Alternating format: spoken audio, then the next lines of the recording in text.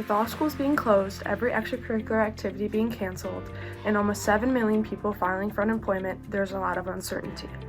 Everyone being ordered to stay at home for a couple of months with having no contact with the outside world can have a detrimental effect on people's physical as well as mental health. This is why I'm here to tell you about things you can do at home to keep yourself occupied and mentally healthy during this quarantine.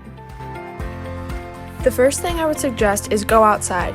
Although you are restricted from seeing anyone but your family, you can still go outside and get some fresh air.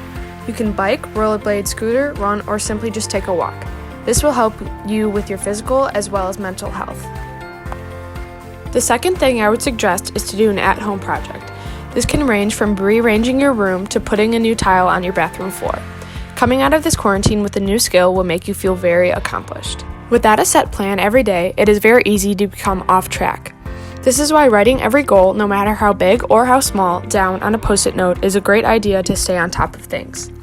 After writing all of them down, put the Post-it notes on a surface you see every day, such as a mirror or your ceiling in your room, and every time you have completed something, you can just remove the Post-it notes until it's cleared. Another simple thing to keep your mind and physical being at ease is at-home yoga. There are thousands of yoga instruction videos on YouTube. All you need is a free space and a free mind. The last thing you can do to stay connected is use platforms such as FaceTime or Zoom. Talking to other people and catching up with those you're used to talking to on a daily basis is a healthy way to not feel so closed off from the world.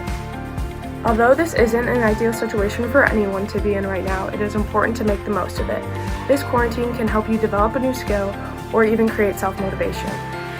It also teaches us to adapt to change, which is something that is useful in all stages of our lives. Remember to stay inside and stay healthy.